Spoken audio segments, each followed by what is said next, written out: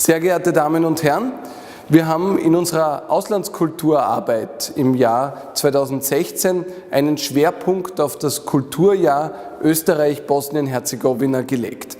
Es ist gemeinsam gelungen, über 100 Veranstaltungen durchzuführen und die ohnehin schon starken kulturellen Verbindungen zwischen Bosnien-Herzegowina und Österreich noch weiter auszubauen.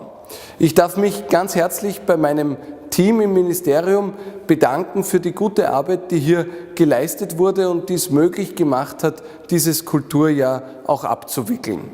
Ganz besonders freue ich mich, dass es gemeinsam gelungen ist, ein Österreich-Institut in Sarajevo zu starten, denn dieses Österreich-Institut wird jetzt auch über das Jahr 2016 hinaus einen wesentlichen Beitrag in den Beziehungen zwischen Österreich und Bosnien-Herzegowina leisten.